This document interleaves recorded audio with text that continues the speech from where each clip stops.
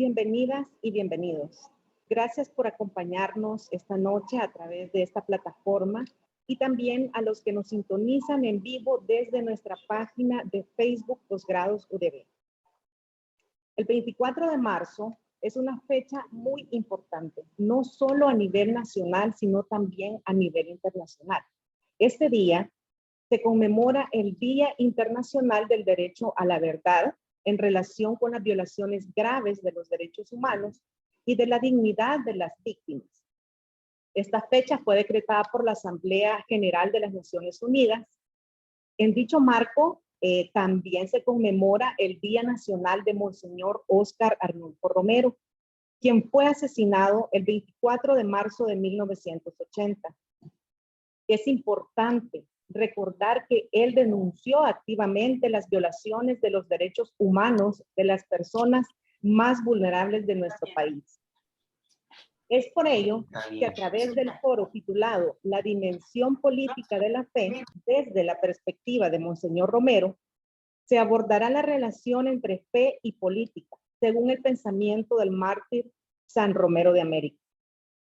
Nuestro foro será moderado por el doctor Juan Vicente Chopin, actual director de nuestros programas Maestría y Doctorado en Teología. Me permito comentarles un poco acerca de nuestro director. Él es doctor en Teología, graduado de la Pontificia Universidad Urbaniana de Roma, en la Ciudad del Vaticano. Se dedica a la investigación científica, es asesor en procesos de investigación, escritor y docente de nuestra universidad. Sin más preámbulo, los dejo con el doctor. Adelante, doctor.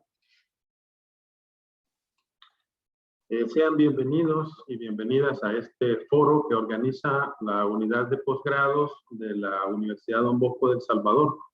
Para nosotros es un honor tenerles aquí con nosotros como invitados, tanto a los señores panelistas como a todas las personas que nos están siguiendo por medio de los dispositivos digitales. El foro se titula La dimensión política de la fe desde la perspectiva de Monseñor Romero, en este 41 aniversario de su martirio, 24 de marzo de 2021. Para ello, contamos con dos connotados panelistas que a continuación voy a presentar. Este foro está inspirado en el discurso que Monseñor Óscar Arnulfo Romero expuso al recibir el doctorado honoris causa por la Universidad de Lovaina en Bélgica, Europa, pronunciado el 2 de febrero de 1980. 50 días antes de su asesinato, considerado normalmente como su testamento teológico, político y pastoral. Este texto nos da lo esencial de su lectura del Evangelio y de su vida de fe. Brevemente, este discurso está seccionado en dos temas, básicamente.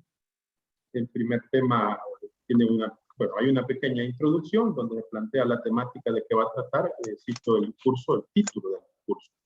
La dimensión política de la fe desde la opción por los pobres, una experiencia eclesial en El Salvador, Centroamérica. Tiene una pequeña introducción donde expone el tema y cómo esta temática está contextualizada en una visión de la iglesia que está al servicio del mundo, concretamente al servicio, habla del mundo de los pobres.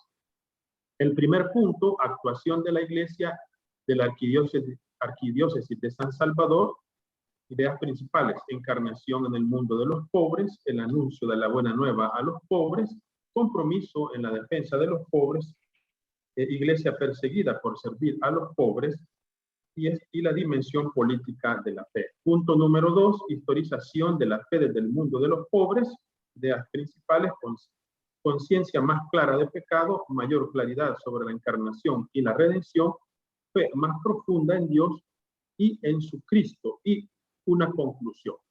Opción por los pobres, orientación de nuestra fe en medio de la política. Este es el planteamiento de la estructura del documento.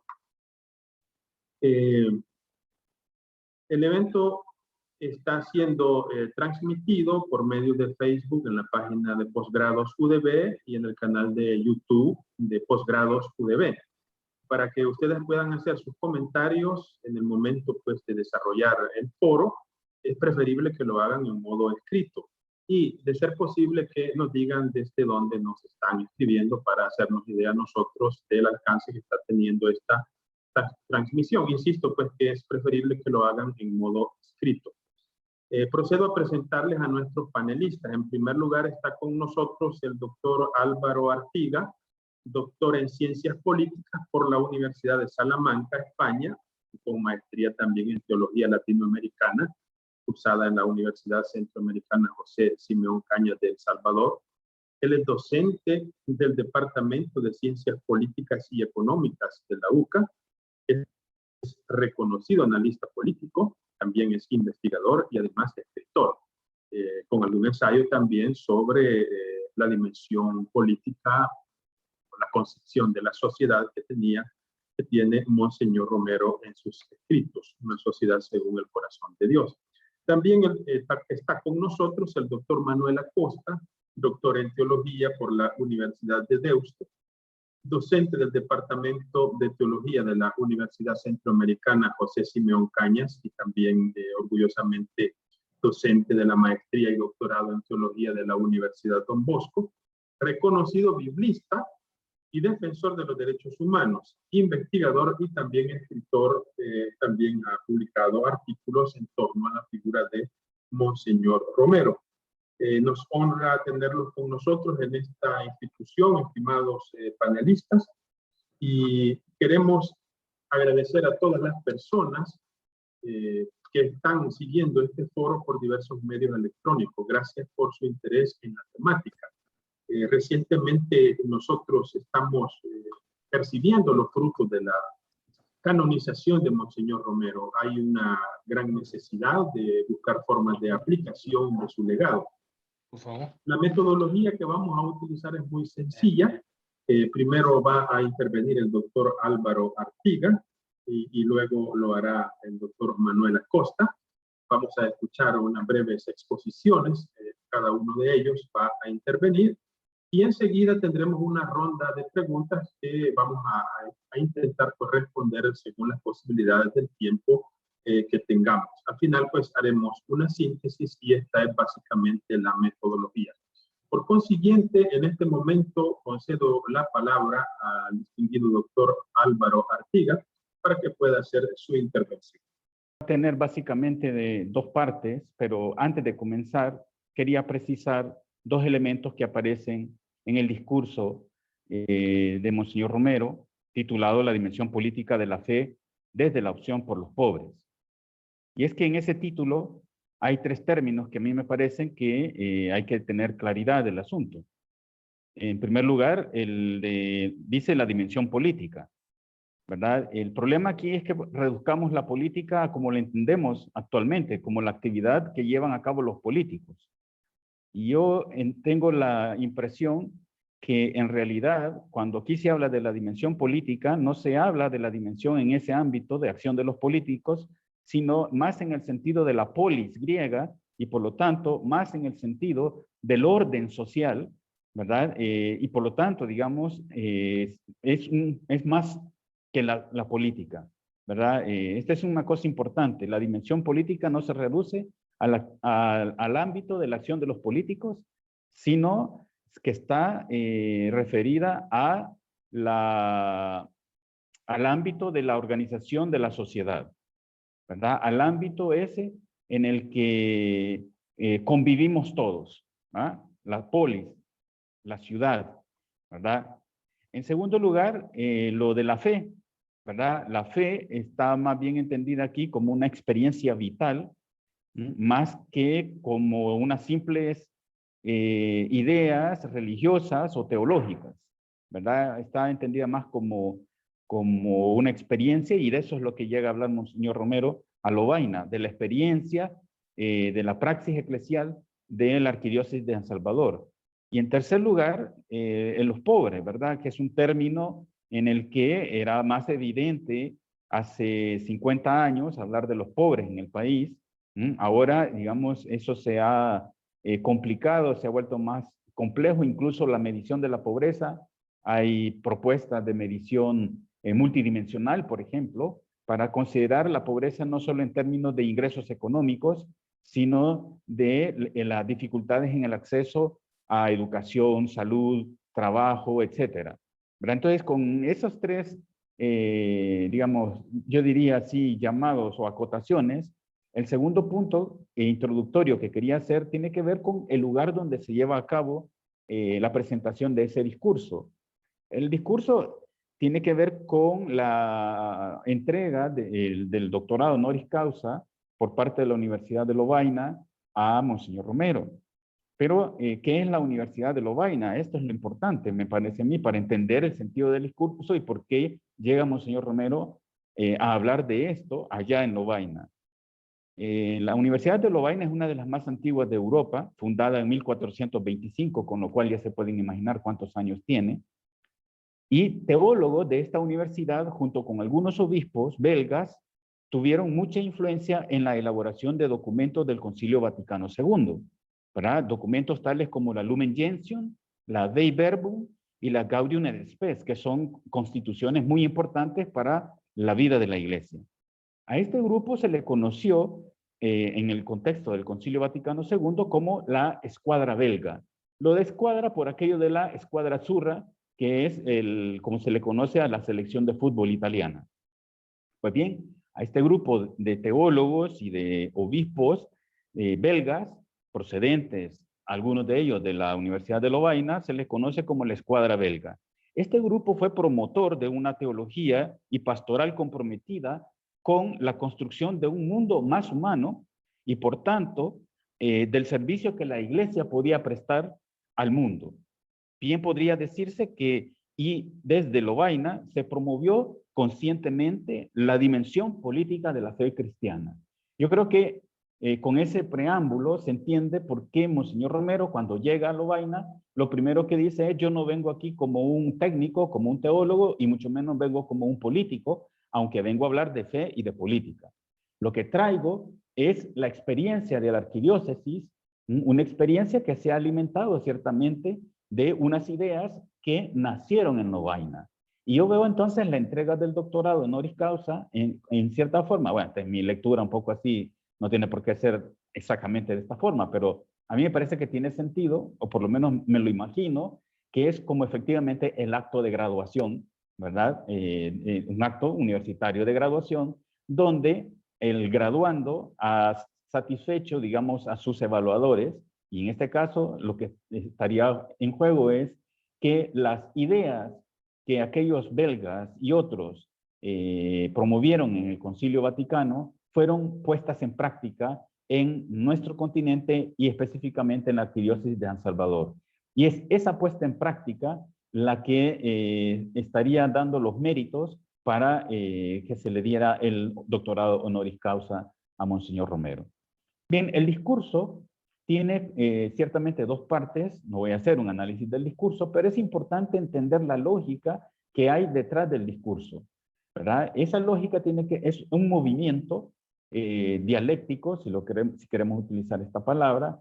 Es un movimiento, digamos, de mutua influencia entre fe y política, entre teología y política, entre la práctica pastoral y la organización de la sociedad, ¿verdad? Es un movimiento de doble influencia.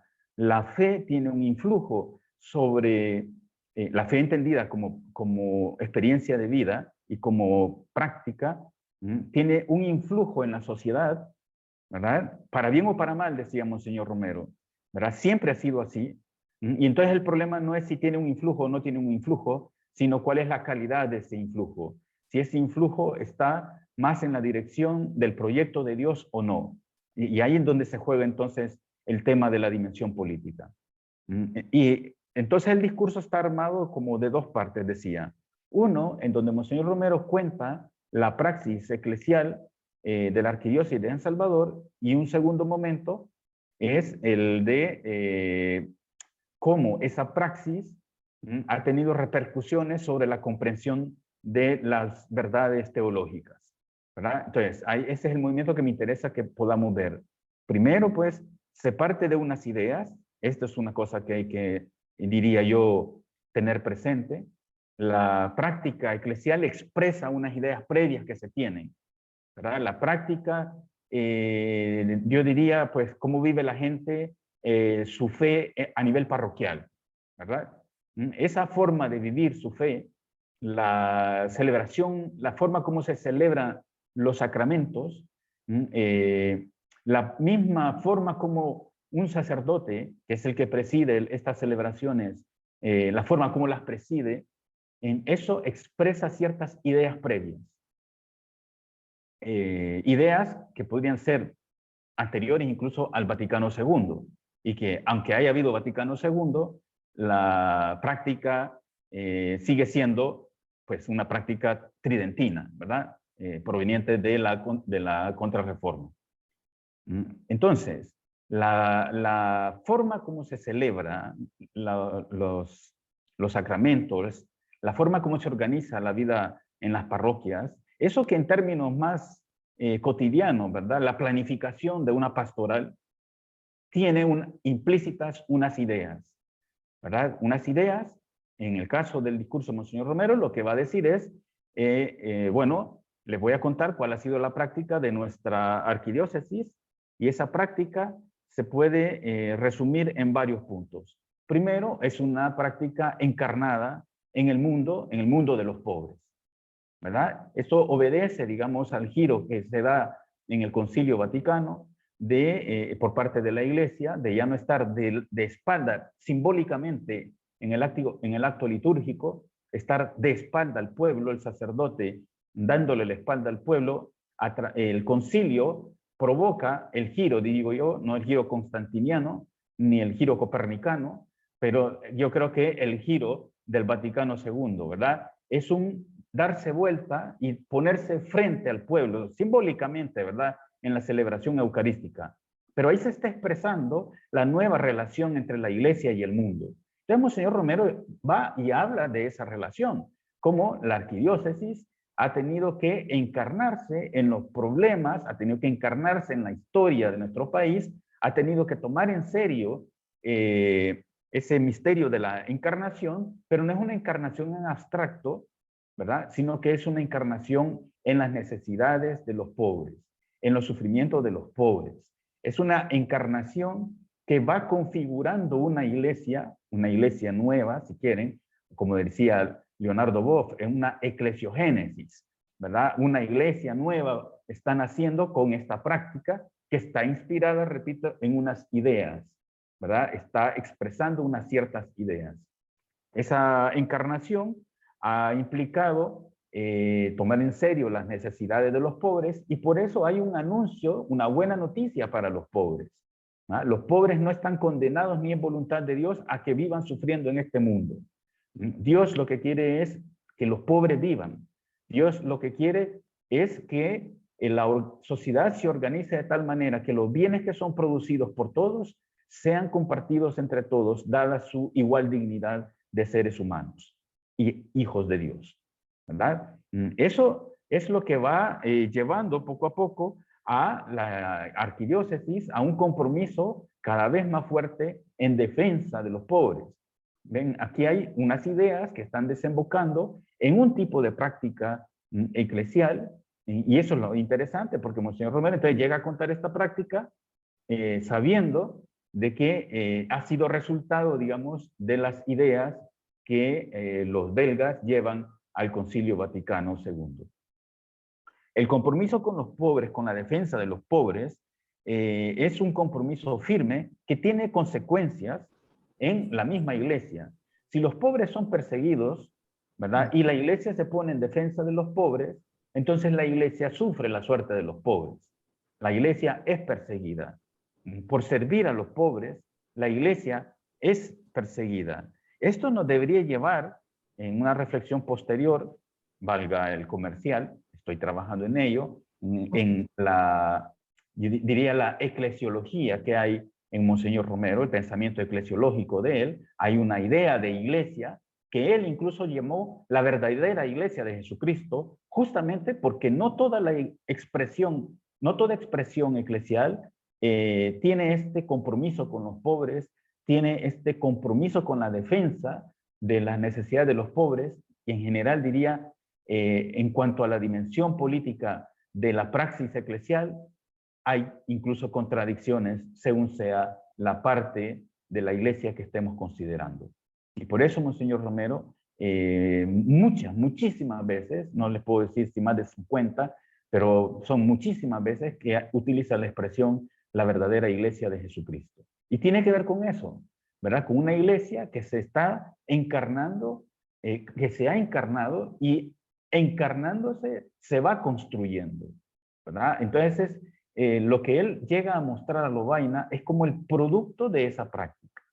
Pero ahora viene aquí lo interesante, y es que esa práctica, este es el segundo momento, tiene consecuencias, no solo consecuencias en el ámbito político, ¿verdad? Fíjense, hay unas ideas teológicas que se expresan en una práctica pastoral. Esa práctica pastoral, en la medida en que es llevada a cabo en el mundo de los pobres, ¿verdad? Es llevada a cabo de manera comprometida con la construcción de un mundo en el que podamos vivir y sentirnos como hermanos y hermanas. Esa práctica va a tener consecuencias políticas, en el sentido ya más estricto de la organización de la sociedad. Los cristianos vivimos en la historia, vivimos en el mundo, digamos, y especialmente los laicos vivimos en el mundo, y nuestra vida, nuestra forma de vivir la fe, querramos o no querramos, tiene consecuencias en cuanto al orden, en cuanto a la convivencia social. Nosotros podemos ser tolerantes a la injusticia y decir que somos cristianos. Podemos ser tolerantes a la mentira y decir que somos cristianos y estar celebrando los sacramentos. Bueno, lo hacemos porque creemos que no hay problema. Unas ideas son expresadas por nuestra práctica. Pero el asunto es que, para bien o para mal, esa práctica tiene consecuencias que reproducen la mentira, la injusticia, que reproducen el rompimiento de la fraternidad en los seres humanos, y ahí es donde está el problema, ¿verdad? No cualquier práctica de fe, no cualquier práctica pastoral estará acorde a la voluntad de Dios. Todo depende de hacia dónde vaya el influjo. Puede haber una práctica pastoral, puede haber una forma de organizar la vida en las parroquias que obstruya la construcción de un mundo más humano. Puede haber prácticas que favorecen esa construcción, ¿verdad? Aquí es de examinar cuáles son las consecuencias, ¿verdad? La dimensión política de nuestra vida eclesial.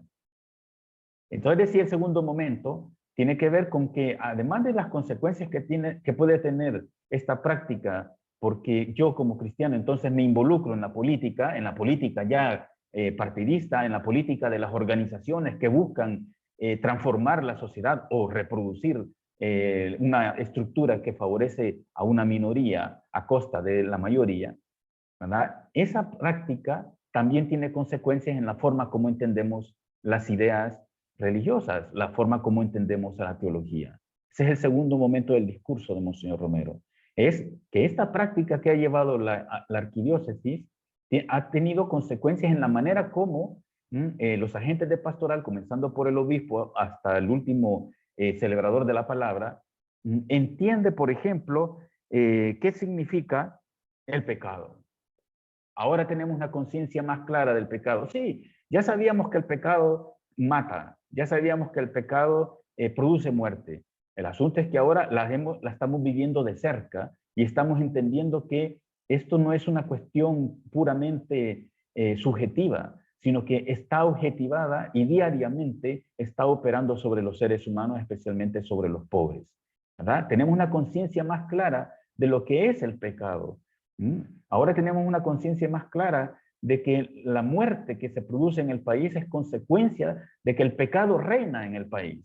No es simplemente una muerte que podríamos preocuparnos por el nivel de la tasa de homicidios, sino por lo que significa, ¿verdad? Y si a eso le vamos agregando, por ejemplo, ahora ahora entendemos mejor lo que significa la mentira, ¿verdad? Esa en que aparece, digamos, en el decálogo, de Moisés, si ahora entendemos mejor lo que significa que la mentira está estructurada y que la mentira es ese pecado estructural, pues eso lo estamos entendiendo ahora mejor gracias a la práctica que estamos llevando. Ahora entendemos mejor qué significa la encarnación y la redención. Ahora entendemos mejor a Dios y a su Cristo. Y ahora entendemos mejor a la misma iglesia, ¿verdad? Es decir, la práctica pastoral inspirada en unas ciertas ideas religiosas tiene consecuencias en la política, pero esa práctica tiene también consecuencias en la manera como entendemos nosotros la fe, ¿verdad? Entonces yo creo que ese movimiento, ese era el movimiento doble que yo decía al principio, es importante recuperarlo hoy, ¿verdad? Por lo menos tomar conciencia de que eso sigue siendo así 41 años después.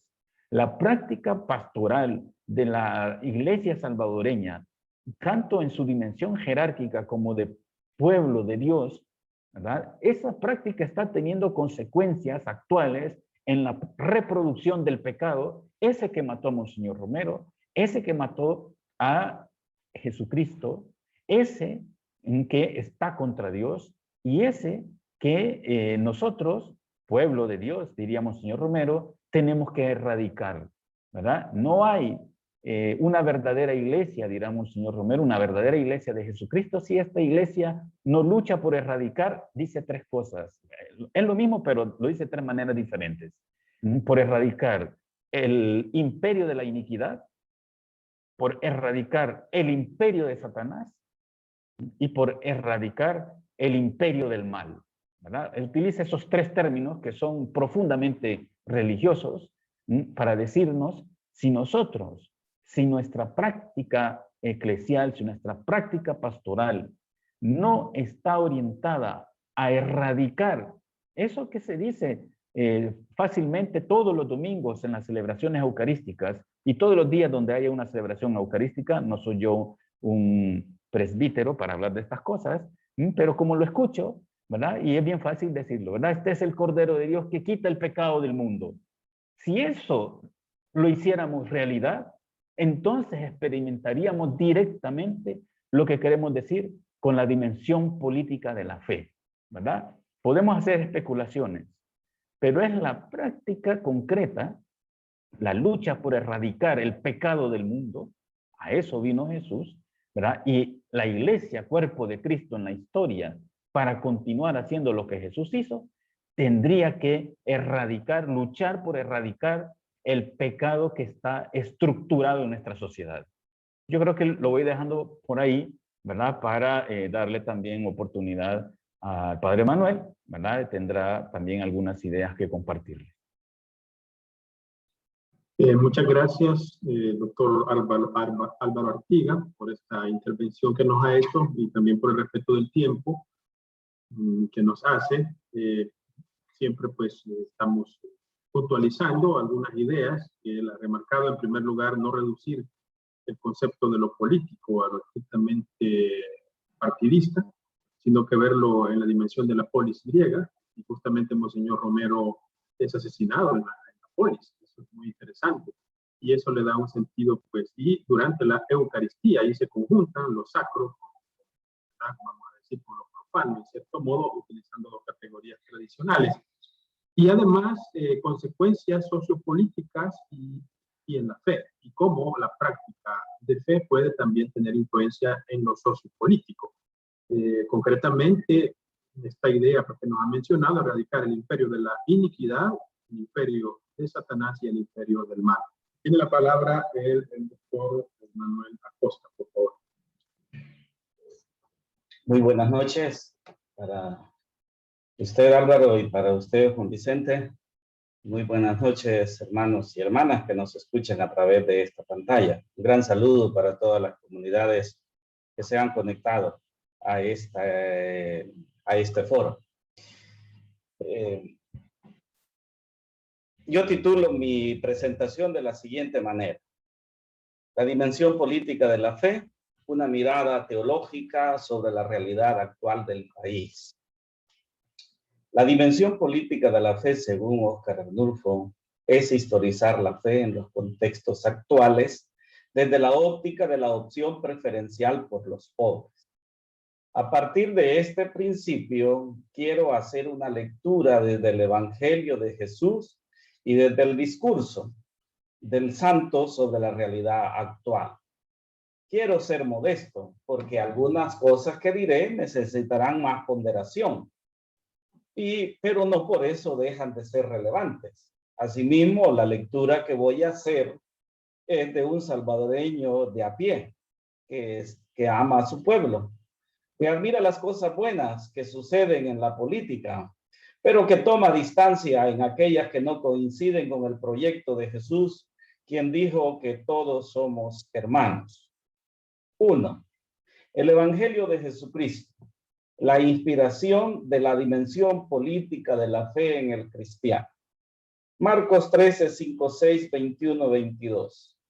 Jesús empezó a decirles, miren que no los engaña nadie.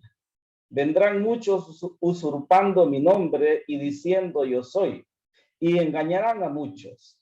Entonces, si alguno les dice, miren, el Cristo está aquí, mírenlo allí, no lo crean, pues surgirán falsos cristos y falsos profetas, y realizarán señales y prodigios con el propósito de engañar, si fuera posible, a los elegidos. Hasta aquí el texto bíblico. Originalmente el relato alertaba a los seguidores de Jesús a que no se dejaran engañar por aquellos que utilizaran el nombre de Dios para sus ambiciones, haciéndose pasar como los liberadores del pueblo, los falsos cristos, y diciendo yo soy. En el contexto de la comunidad de Marcos, estos engañadores se concretaban en tres personajes principalmente: el emperador romano, los judíos que no habían creído en Jesús y los seguidores de Jesús que se dejaban seducir por los encantos del imperio. Estos declinaban aceptando que el emperador poseía ser un instrumento de Dios, a pesar de que había mandado asesinar a Jesús de Nazaret. Jesucristo hizo opción política. Esta fue preferencial y fue por los campesinos sin tierra, por los pescadores artesanales, por las mujeres, por los enfermos y los más vulnerables de la Galilea del siglo I. Su opción estuvo acompañada por la experiencia filial con Dios y por su empeño en hacer otra fraternidad que superara las fronteras impuestas por la religión judía y la política romana. Se puede decir, siguiendo a Monseñor Romero, que Jesús historizó a Dios, encarnó a Dios en el mundo de los pobres. La encarnación del Evangelio es únicamente política, no se puede hacer de otra manera. Y la política es la expresión máxima de la caridad. La salvación que hoy toca librar es la de los cuerpos humanos materiales. La de las almas la hace Dios. Si todavía esto no se entiende en la iglesia, es porque no está encarnando el Evangelio. Posiblemente es más fácil plegarse acríticamente a un proyecto político, que ha sido la tentación permanente, o simplemente se tiene miedo a correr el riesgo del martirio. Número 2. La realidad salvadoreña, el COVID-19 y sus revelaciones. A. El COVID-19 ha visibilizado las injusticias estructurales e históricas que oprimen al pueblo salvadoreño, entre estas, la baja calidad y poco acceso a la salud pública, negación al acceso libre e igualitario al agua y a la alimentación, la impunidad creciente, la remilitarización de la sociedad, la militarización de la PNC. Tenemos un país que se parece a una bola de billar en el que se están jugando otros intereses menos los de los pobres. B. También el COVID ha acelerado la consolidación de otra élite económica dominante.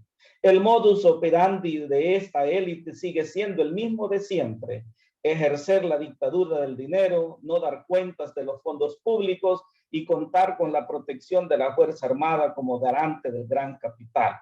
C. Asimismo, la pandemia desnudó que la clase política, tanto la saliente como la entrante, carecen de un proyecto de país incluyente. Toda la clase política, por un lado, ha demostrado incapacidad para dialogar y buscar consensos, y por otro parecen ser inteligentes para manipular las necesidades del pueblo. Ellos, con una estrategia de marketing político a su favor, han sido muy listos para engañar, convirtiéndose con excepciones en instrumentos del padre de la mentira, el diablo. Hasta ahora nadie ha dicho la verdad en el manejo de la pandemia. Sin embargo, estamos en el top de los países que mejor han manejado esta pandemia. Los cristianos y cristianas, con algunas excepciones, han creído en la verdad líquida que se ha transmitido en las redes sociales. Creer una verdad aparente es una característica del cristianismo salvadoreño actual. También los cristianos somos víctimas, sin saberlo, del neuromarketing o de la neurociencia, pero la realidad siempre es terca y acaba saliéndose por más que se le quiera manipular. B. El COVID también ha revelado que tenemos una iglesia católica afónica para decir la verdad, y más parece que ha estado jugando a los posibilismos que a la encarnación del evangelio. Hemos bebido el miedo que ha impuesto el sistema en el contexto del COVID. La pandemia, con mucha indignación, incluso nos regaló un mártir, el padre Ricardo Antonio Cortés, y ni aún así la iglesia ha asumido con valentía y esperanza su misión en el mundo. La fuerza del evangelio para buscar la verdad se ha depositado en el ministerio público, a sabiendas que éste vive para no hacer justicia. La iglesia se ha convertido en cómplice de la impunidad, puesto que tampoco ha buscado la verdad de los hechos por sus propios medios. El COVID ha revelado la violencia intrafamiliar existente, objetivada en los feminicidios, embarazos en adolescentes, abuso y acoso sexual a menores, entre otros. Ello es un pecado doloroso que grita al cielo y que por distintas razones e intereses sigue todavía invisibilizado. Por último, el COVID ha revelado la solidaridad entre los pobres. Es mucho más lo que los pobres han hecho entre sí que lo que el Ministerio de Salud ha hecho por ellos. Son bastantes los que se han quedado en sus casas para curarse del COVID y otros males, porque ahí se sienten más seguros que en el hospital. El COVID parece ser Dios mismo, ya que él, utilizando esta pandemia, ha desvelado la injusticia humana y ha reivindicado su proyecto filial y fraterno. Después del COVID, esperaría que ningún ser humano siga siendo lo mismo. Y si sigue siendo lo mismo es porque no ha entendido la visita de Dios. Número 3. La opción preferencial por los pobres. La opción preferencial por los pobres constituye la clave para operar la fe en la política salvadoreña. Ya lo dijo muy bien Álvaro. Esta agenda tiene como fundamento el Evangelio de Jesús, su proyecto de reino de Dios y la trascendencia de la historia, es decir, el sentido último de la realidad. El ejercicio de la política desde la fe se nota cuando éste implementa políticas públicas a favor de lo elemental para la vida humana, entendiendo por lo elemental agua, pan, tierra, trabajo, entre otros. El deber del Estado salvadoreño es garantizar a los pobres el libre e igualitario acceso a estos derechos, puesto que les son intrínsecos. Por ello, ningún gobierno u organización puede autoadjudicarse el título de benefactor de estos, pues lo que todo gobierno hace es devolver a los pobres lo que en justicia les corresponde. Ello exige otra forma de hacer política, exige otra actitud y otra manera de administrar la administración pública. La fe es política porque es historización del proyecto de Jesús. Historizar significa ponerle nombre y rostro a la realidad. Quiero visibilizar a partir de este principio algunos de estos rostros actuales de pobres y que están siendo utilizados no de manera política como lo afirma el santo. A. Los hermanos y hermanas pandilleros de las distintas denominaciones. Los gobiernos de Arena, del FMLN y el actual de Nueva Idea han visto en estos hermanos una agenda electorera y un juego de poderes que no han extirpado de raíz el origen familiar y social. Ello para nadie es un secreto. El problema ha estado en las acusaciones que los distintos gobiernos se hacen al respecto y en los estigmas que han hecho de estos hermanos, declarándoles por una parte como terroristas e indeseables sociales y por otra aprovechándose de ellos para sus planes oscuros. Hipócritas, diría Jesús de Nazaret, porque miras la astilla que hay en el ojo de tu hermano y no reparas en la viga que hay en el tuyo. Mateo 7:3. Los tres últimos gobiernos han negociado y siguen negociando con estos hermanos. Lo peor a espaldas de la población y sin transparencia, y luego se dan golpes de pecho ante el pueblo. ¿Qué presidente desde 1992 hasta hoy no ha negociado con los pandilleros y con el crimen organizado? Respecto al diálogo con los hermanos pandilleros, el proyecto de Dios reivindica la fraternidad como mecanismo de solución. Ponte de acuerdo con tu hermano, dice Mateo 5:24. La historia salvadoreña reciente enseña que el diálogo transparente es camino de resolución de conflictos. Hay que amar esta tradición. Por tanto, el Estado salvadoreño debe dialogar abierta y públicamente con los hermanos pandilleros. Y si es necesario hacer concesiones en favor de la armonía social, de la justicia y de la sana convivencia, pues hay que hacerlo. Hay que potenciar el diálogo, pero a la vista pública. Lo que no se puede hacer es lo que actualmente se está haciendo, que por una parte bajan los homicidios, lo cual es laudable, pero por otra parte se nota que suben cuando ese pacto falla. Asimismo, las desapariciones y las extorsiones no han bajado notablemente en relación a los años anteriores. La ciudadanía debe exigir al gobierno transparencia en el diálogo con las pandillas y la iglesia debe apostarle a ello. Ha estado ausente la iglesia en esta agenda. No es pecado dialogar con los que matan. Al contrario, solo así se puede evitar que hayan más muertes y más males sociales. B. La casa común. Esta se está empobreciendo por el estilo de vida neoliberal que hemos asumido, entendiendo que los bienes naturales son para hacer dinero, creando así un estrés ecológico que amenaza la vida en el planeta.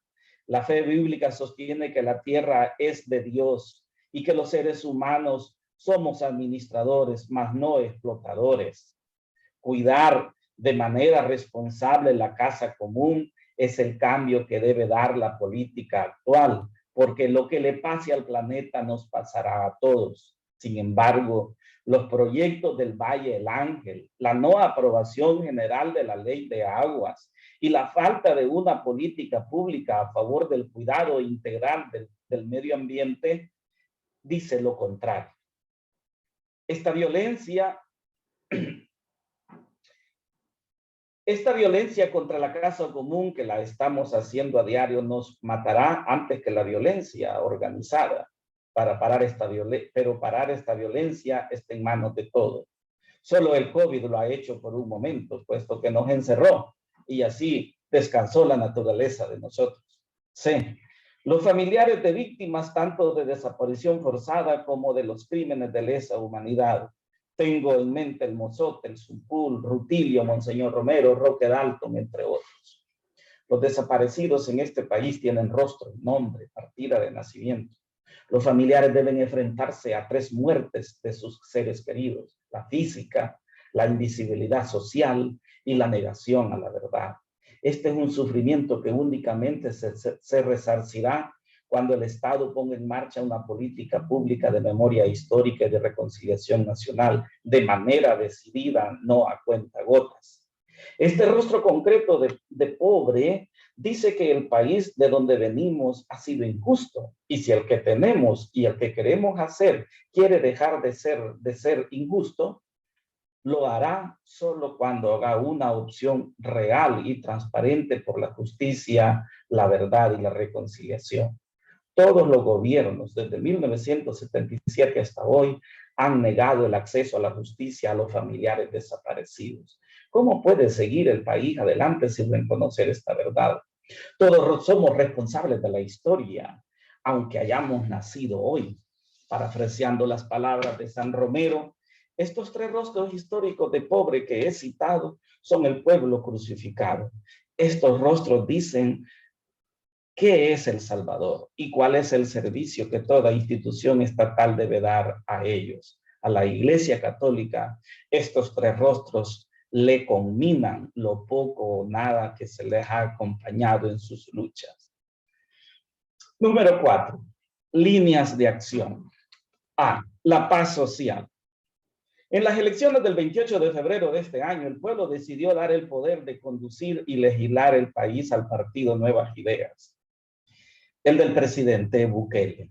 En esta ocasión no opinaré cómo se llegó a ello, ni cuáles han sido las razones que el pueblo ha tenido. Sin embargo, el dato es real. Tendremos una asamblea en manos de Nuevas Ideas y de Gandhi. Fortaleza o debilidad, oportunidad o amenaza, no responderé. Lo que es claro es que el pueblo le ha dado el mando. Ello hay que respetarlo. Y en cuanto a iglesia, debemos acompañar siempre al pueblo pobre, nunca alejarnos de ellos. La actitud y la mentalidad con la que tanto el gobierno como el pueblo deben posicionarse en este contexto político es muy importante. Aquí algunos apuntes. El diálogo social sin límites y sin exclusiones. Papa Francisco dice que para conseguir la paz se necesita valor mucho más que para hacer la guerra. Por parte del gobierno y del legislativo entrante deben cambiar el lenguaje triunfalista, peyorativo, con el que se dirigen a los que no son de su partido. Tampoco estos últimos son santos. El presidente ha dicho que no les necesitará y a continuación se declaró instrumento de Dios en la historia. La contradicción es evidente. El llamamiento es a cambiar la forma de hacer política. Todos vivimos en este país y el que no piensa igual que Nuevas Ideas también cuenta. No se puede caminar sin el otro, aunque el otro sea contrario. Este es el valor que se necesita para hacer la paz. Los que no son del partido gobernante también deben asumir con humildad su desventaja política y buscar caminos de diálogo sincero que hasta hoy han carecido de ello. En el supuesto que el gobierno actual dialogue con pandillas, lo está haciendo, según parece. Pero entonces, ¿cómo es posible que no abra el diálogo a todos los sectores? Si avasallar a la oposición ha sido el paradigma de los partidos anteriores de Arena y del FMLN, ¿también hoy será el de este presidente? Yo esperaría que no. Usted debe ser distinto. Una nota importante es que este diálogo social no debe hacerse a espaldas de los intereses de los pobres. Consolidar la paz social será uno de los retos de este gobierno. Se espera que rectifique su comportamiento. La verdad. Los pobres han sufrido de ausencia de la verdad. Esta verdad no es igual a lo que se dice en las redes sociales. Una cosa es que la nueva forma de hacer política sea mediante redes sociales y otra cosa es que por medio de estas se diga la verdad real. Por tanto, el llamamiento está en dos direcciones. Una es que el gobierno diga la verdad sobre lo que sucede actualmente en economía y en otros puntos. Puedo hacer una lista grande, pero especialmente en el manejo de la pandemia. La verdad nunca serán 20 palabras en un Twitter. Esta hay que ampliarla, sostenerla y visibilizarla y socializarla para que se convierta en una verdad colectiva. La otra dirección es la verdad sobre las violaciones a los derechos humanos. El ejemplo emblemático es la apertura de los archivos militares. El presidente no puede decir que él estaba pequeño cuando estos hechos sucedieron. La verdad no tiene tiempo. Ahora es su responsabilidad histórica. Tampoco se puede decir que se pone en peligro el Estado. Ello es contradictorio. Si con estos crímenes se violó el derecho por el cual existe el Estado, la defensa de la vida de los seres humanos, el gobierno no puede ser tan indiferente a ello, tal como lo fueron los gobiernos anteriores. B. Poner a producir la iglesia de los pobres, la de San Óscar Romero. La canonización de Óscar Romero ha sido un derroche de potencialidades ocultas en el pueblo salvadoreño. Una de esas potencialidades, incluso yo la reconozco en Álvaro. Álvaro, desde que se metió con el pensamiento de Monseñor Romero, ha encontrado un pozo grande de donde sacar pensamiento para producirlo.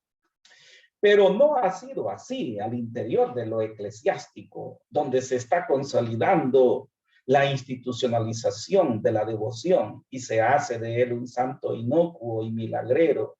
Asimismo, parece que la nacionalización de la figura del santo, obrada por el expresidente Funes, quizá por ignorancia, tampoco ha sido lo mejor, puesto que ha hecho un santo del Estado salvadoreño a tal punto que es la figura del Palacio Presidencial, como si él estuviera de acuerdo con todo lo que ahí se dice y se hace.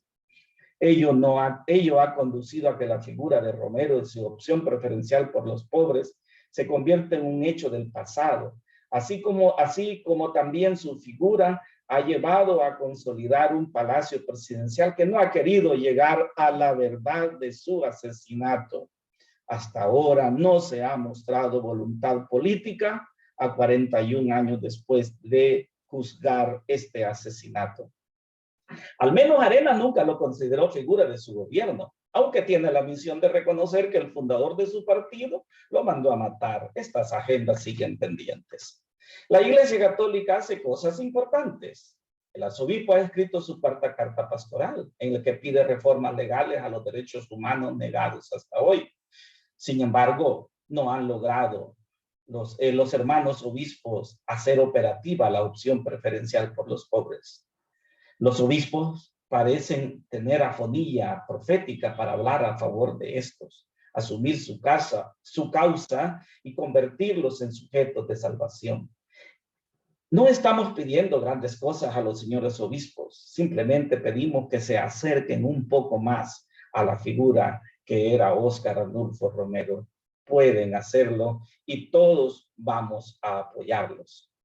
Este juicio vale también para los distintos ministerios y procesos de formación en la Iglesia. La opción preferencial por los pobres de San Romero pide una, como lo dijo Álvaro usando la palabra de Leonardo, una eclesiogénesis. A mí me venía a la memoria cuando yo leía el documento, si a alguien le dieran un honoris causa por opción preferencial por los pobres, ¿a quién se lo daríamos en la Iglesia salvadoreña? Finalizo con un llamamiento al pueblo salvadoreño que ha confiado al presidente Bukele este gobierno. No demos un cheque en blanco, estemos atentos.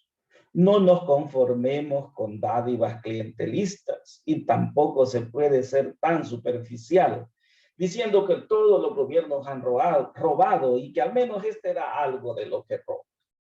Ayudemos al gobierno en todo aquello que sea solución objetiva, transparente y justa a los problemas vitales de la población.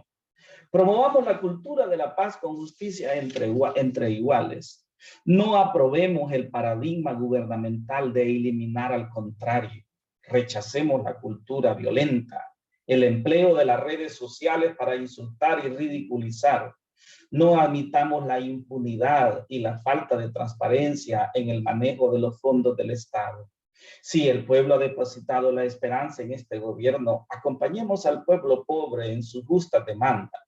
Formemos su conciencia social y no permitamos que este gobierno, como lo han hecho otros, jueguen con la dignidad de los pobres.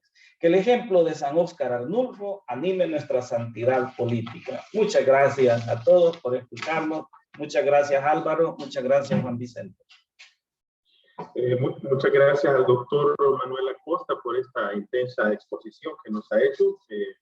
Tiene una línea transversal que es el tema de que Jesús historizó a Dios en el mundo de los pobres, y Monseñor Romero pretende hacerlo también desde su propia realidad. El proceso de historización que viene ya desde Ortega y Gasset, un famoso filósofo que influye en Javier Zubiri, y luego influye en Ignacio Ellacuría, y aparece también en la concepción del proceso de salvación en Óscar Arnulfo Romero.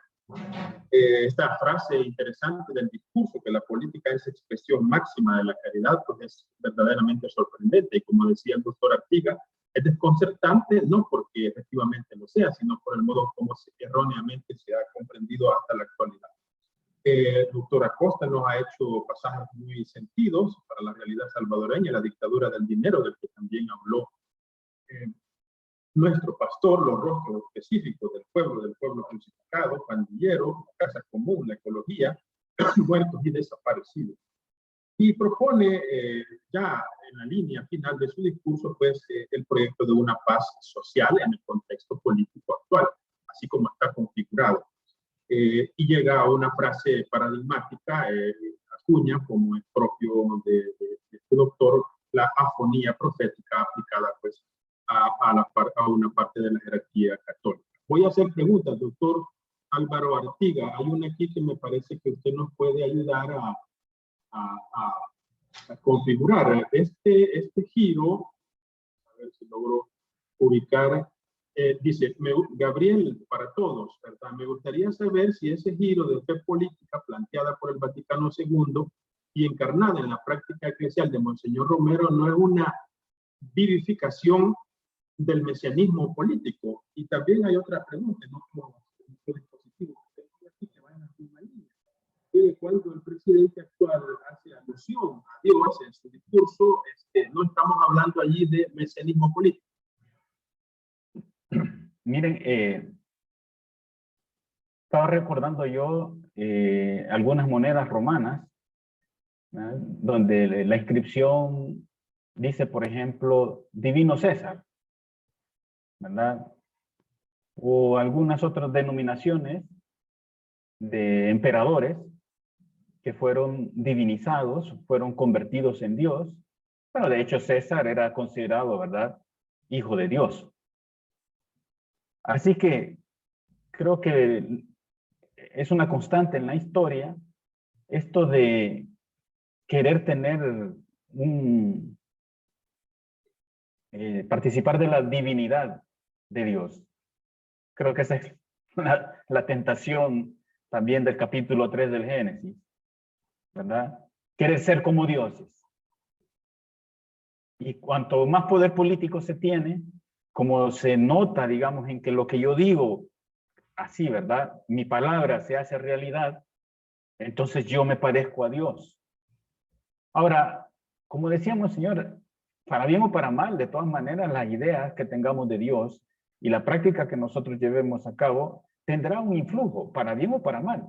El problema no es el influjo, ¿verdad? O sea, cuando en la pregunta se está hablando de si eso no es un mesianismo o si eso no es querer darle un protagonismo a la religión en el ámbito político, es que digamos, esa es una forma, ¿verdad? Yo por eso también decía de que no había que reducir la política al ámbito de la práctica de los políticos, ¿verdad? Sino que a la organización general de la sociedad.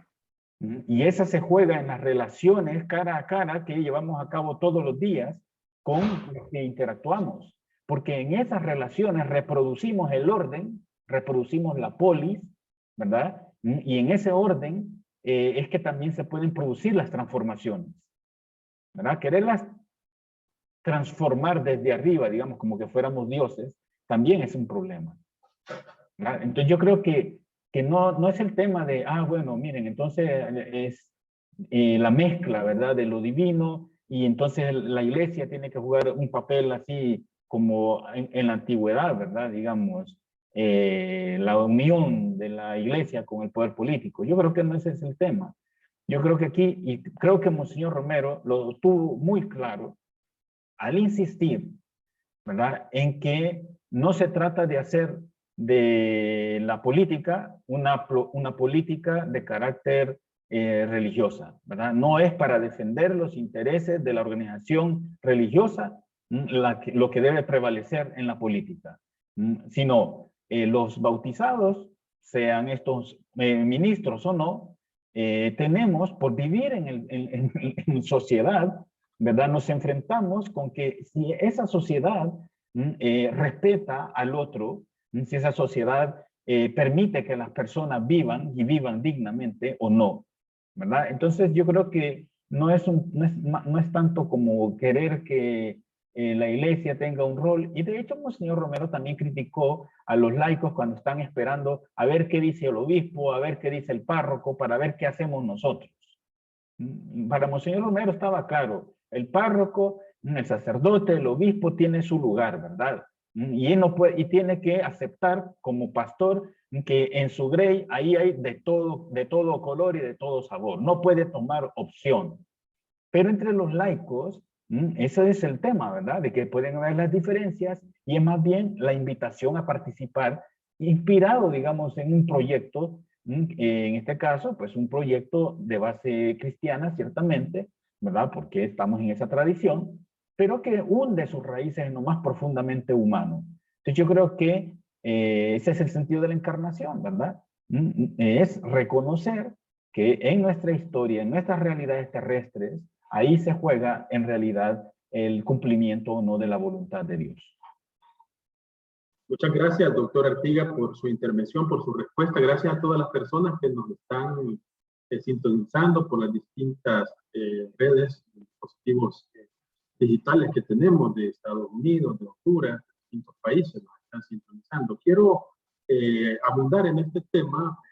Estamos considerando la dimensión política de la fe desde la perspectiva de Monseñor Romero. Doctora Acosta, hay por lo menos 3 intervenciones que coinciden en el tema de, por ejemplo, Juan García Resendiz dice, ¿dónde es mayor la afonía y no valentía de la iglesia, en el clero o en el laicado? Lo mismo plantea nuestro colega doctor Luis Coto, iglesia afónica o más bien jerarquía afónica. ¿Qué hemos hecho del testamento pastoral de Monseñor Romero? Definitivamente, dice Harold Wilmer, hay mucho todavía que cambiar en nuestro país. Nos han vendido una idea inequívoca de nuestra realidad.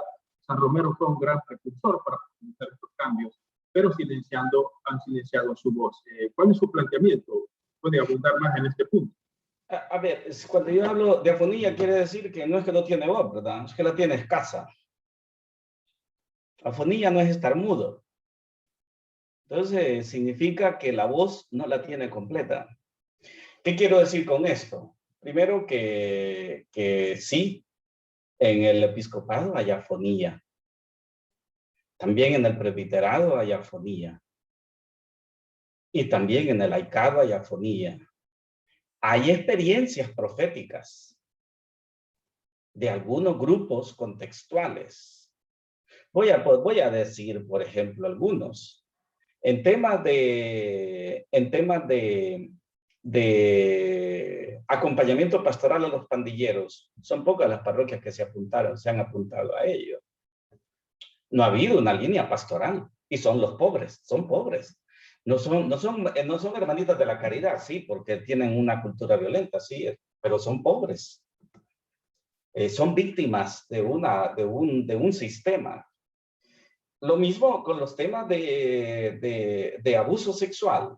No hay una pastoral, hay afonía. De hecho, hay procesos dolorosos todavía y muy duros. Respecto a posicionarse de cara al contexto político en la pandemia, siempre ha habido un miedo. A duras penas hemos reivindicado la paz, hemos reivindicado el diálogo. No ha habido una voz conjunta, una sinergia eclesial de todos los actores, cada uno en su lugar, sobre pedir cuentas a la administración de la justicia, el diálogo, exigirlo. En fin, no ha habido. Yo creo que hay. Por eso yo menciono, hay una carta pastoral, por ejemplo, la ha mencionado del arzobispo. Tiene cosas muy interesantes, pero, bueno, ¿dónde? Como dijo Álvaro, ¿verdad? Es decir, pero la pastoral, ¿por dónde va? La pastoral, ¿por dónde va? Y aquí es donde está el desajuste de la relación entre fe y política. ¿Dónde va la pastoral? Esas demandas exigen poner la maquinaria pastoral, voy a llamarla así, ¿verdad? Todos los actores pastorales en función. ¿Cómo nos vamos a organizar? ¿Cómo vamos a formar el sujeto? ¿Cuál va a ser la incidencia política que se va a tener? O si hablamos de diplomacia pastoral, yo extraño el mismo Óscar Arnulfo y el mismo Rivera y Damas que hacían diplomacia pastoral. Eso se quedan ahí un poco corto. Y yo creo que pues son otros contextos. Y, por ejemplo, también a mí me gustaría que los obispos tuvieran lo que se llaman mesas temáticas de discusión sobre temas contextuales, como lo hacía Romero, para tener luces. Yo he preguntado y dicen que no hay. Por ejemplo, de mesas temáticas de migrantes, pandilleros, administración de justicia, impunidad, problema ecológico, por ejemplo. Y hay tanto elemento. Ahí tienen a Álvaro, que es un politólogo de primera línea, y él puede ser una fuente. Esas cosas son las que yo no veo y esa es la afonía que hay. Hay un tema interesante que también es muy recurrente en estos días, sobre todo a partir del magnicidio de Óscar Ernesto Romero, que aparece planteado aquí por Guillermo Cuellar Barandiarán, pero no solo él, sino muchas personas lo han puesto sobre el tapete. Romero, canonizado, beato, mártir, canonizado, santo salvadoreño, no se presenta también como signo de impunidad, en el sentido que lo plantea Guillermo Cuellar. Ese es el hecho más contundente. La justicia salvadoreña no ha operado institucionalmente para hacer justicia en el caso del magnicidio. No sé quién de los dos quiere responder. Que Álvaro, ¿querés Álvaro. A ver, yo lo que podría decir sobre este tema es sí, efectivamente, ¿verdad? Pero yo creo que, miren, está quien le asesinó, está quien le generó la idea al asesino, ¿verdad? Lo contrató, etcétera. Pero, y es cierto, ¿verdad? El hecho de que no se haga el juicio, se llegue a la verdad de las cosas, se condene, digamos, todo eso es cierto, está ahí.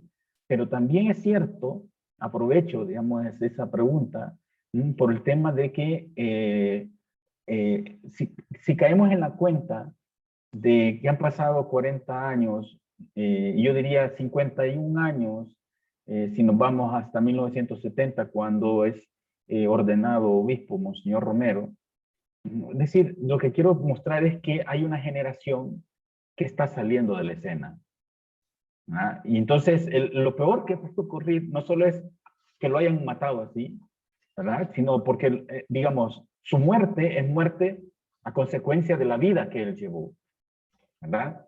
Bien se aplican las palabras de Jesús, ¿verdad? A mí no me quitan la vida, soy yo el que la doy, ¿verdad? Entonces, el problema para mí es que no veo un relevo ni dentro de la institución, digamos, eclesial, ni en el mundo de los laicos. No es que no haya nadie, ¿verdad?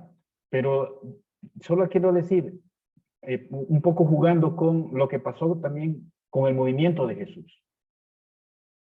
A Jesús también lo asesinaron, ¿verdad? Con la pretensión de acabar con aquello. Pero no acabó porque hubo la capacidad de reproducción de ese movimiento, ¿verdad? Y después de una generación, de la generación de los testigos, de los que anduvieron, escucharon con Jesús, está la generación de relevo, que es la generación que escribió. Y de esa manera aseguró, ¿verdad?, el traslado, ¿verdad?, de esa tradición.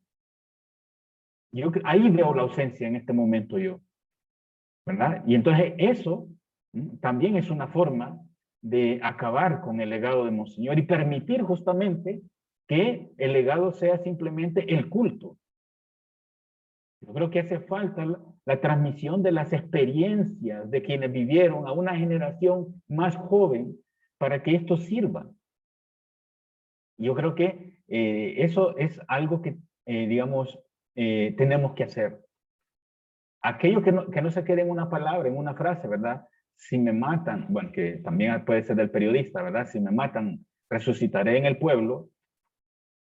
Debería de ser para nosotros garantizar que su enseñanza sigue teniendo vidas, es capaz de desatar dinamismos hoy y aquí, en la medida en que seguimos bajo el imperio de la iniquidad, el imperio del mal, el imperio de Satanás, ¿verdad? En esa medida, podríamos decir, quien está acabando como el señor Romero, ¿verdad?, son, sí, los que le dieron la muerte física, pero todos los que estamos, digamos, quedándonos casi como con la nostalgia, en lugar de juntarnos, articularnos, crear ese cuerpo, ¿verdad?, ese movimiento que dé vida hoy y aquí al espíritu de Monseñor Romero.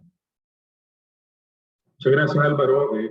A propósito, doctora Costa quiere también intervenir. No, estoy de acuerdo con Álvaro en eso. Sin embargo, también creo que en temas de justicia transicional, en temas de memoria, Álvaro ha planteado una línea y tiene toda la razón.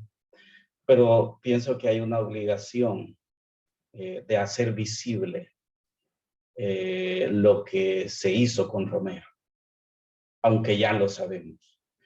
Porque cuando uno lee los Hechos de los Apóstoles, hay una frase lapidaria que Pedro dice, ¿va? Ustedes lo mataron, dice. Esa frase, y lo colgaron de un madero, le dice. Esa frase no es lo mismo que aquella que ya estaba formulada. Jesucristo dio su vida por nosotros, no es lo mismo.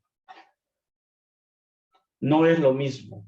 Entonces, una verdad visibilizada, y lo digo por la experiencia de desaparición forzada, cuando una verdad es visibilizada, tiene reconocimiento público, adquiere otro talante y salen muchas fuerzas de ahí, muchas potencialidades. Yo estoy de acuerdo con Álvaro en que la memoria de Romero ha hecho mucho falta trabajo para transmitirla y que el cambio generacional se posicione de ello. Y aquí felicito a los cantores, a Guillermo, a ver cómo Guillermo transmite la teología a través del canto de Romero, a Guillermo que seguro está escuchando por ahí, y a otros más, los poetas, los cantores, tienen un trabajo aquí, los literatos, porque al final la tradición se pasa más en formas que en discursos. Bueno, muchas gracias, doctor. Estamos cerrando ya nuestro foro. Quisiéramos alargarnos en la discusión, pero el tiempo es el que es.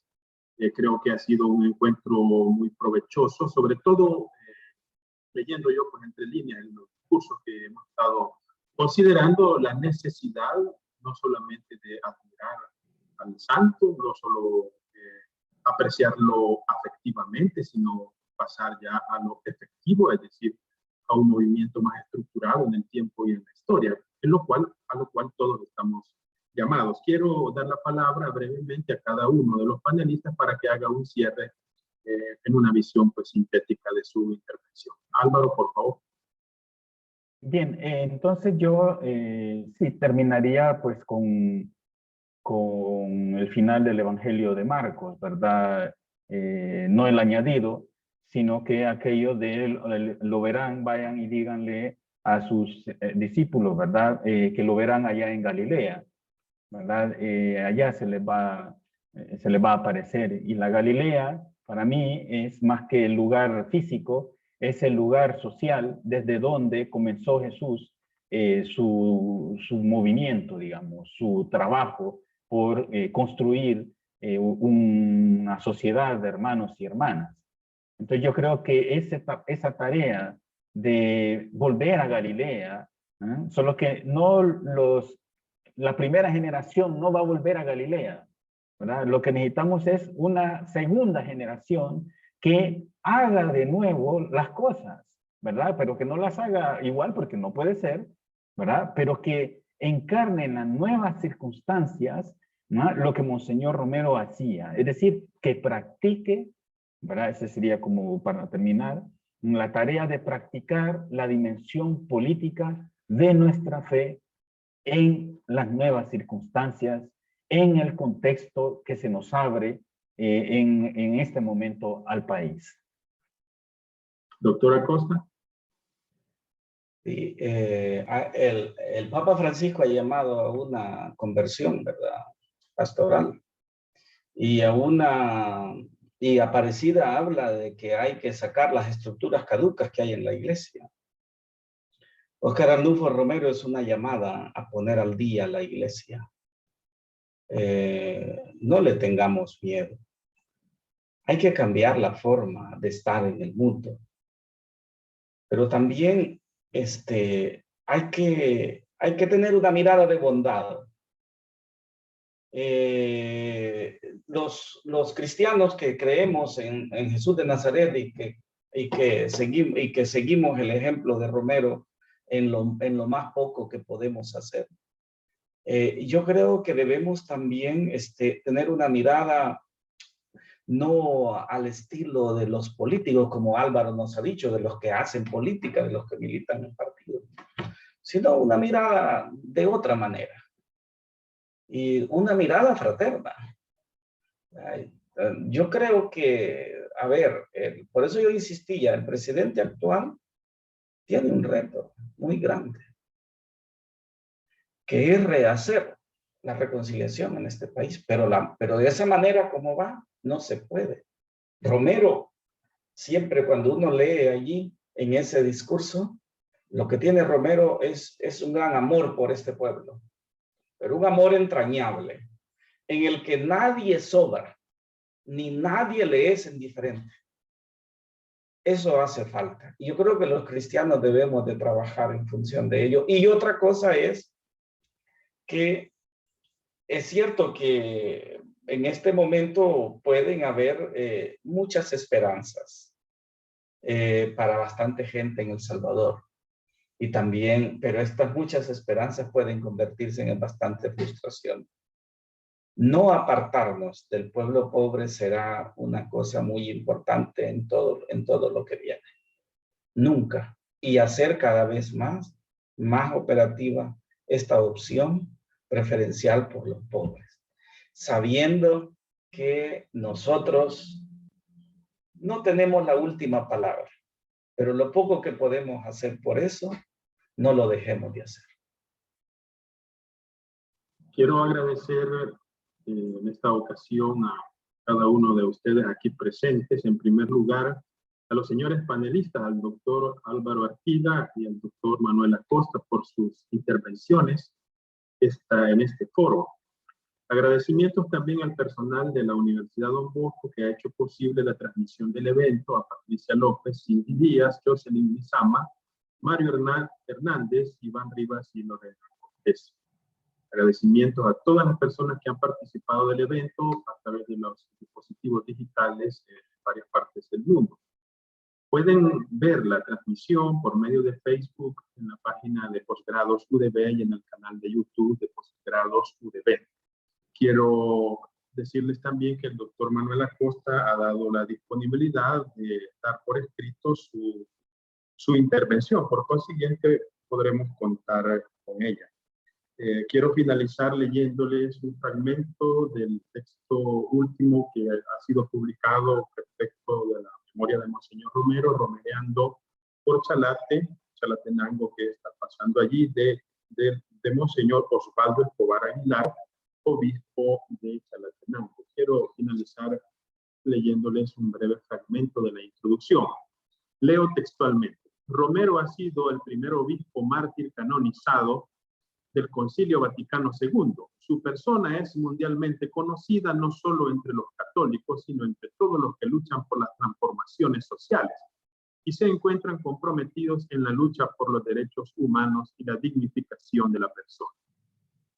Pero en muchas ocasiones hablamos de los santos sin contextualizarlos en su tiempo y ambiente y quedamos a merced de sacar dentro de sus escritos frases bonitas para determinados intereses. Romero urge entenderlo en su realidad concreta. La tentación sería hacerlo un santo de vitrina. Y Romero se santificó orando, claro que sí, y también celebrando los sacramentos como celoso pastor, pero se santificó también en las calles y en las visitas a los cantones. Se santificó en la escucha atenta de centenares que llegaban a contarle sus sufrimientos de asesinatos y desapariciones de sus seres queridos. En fin, Romero se convirtió en el paño de lágrimas del obrero y del campesino. Me quedaría con dos ideas importantes de nuestros panelistas: historización de Dios en el mundo de los pobres y relevo generacional. Muchas gracias por su participación. La Universidad Don Bosco les agradece su presencia.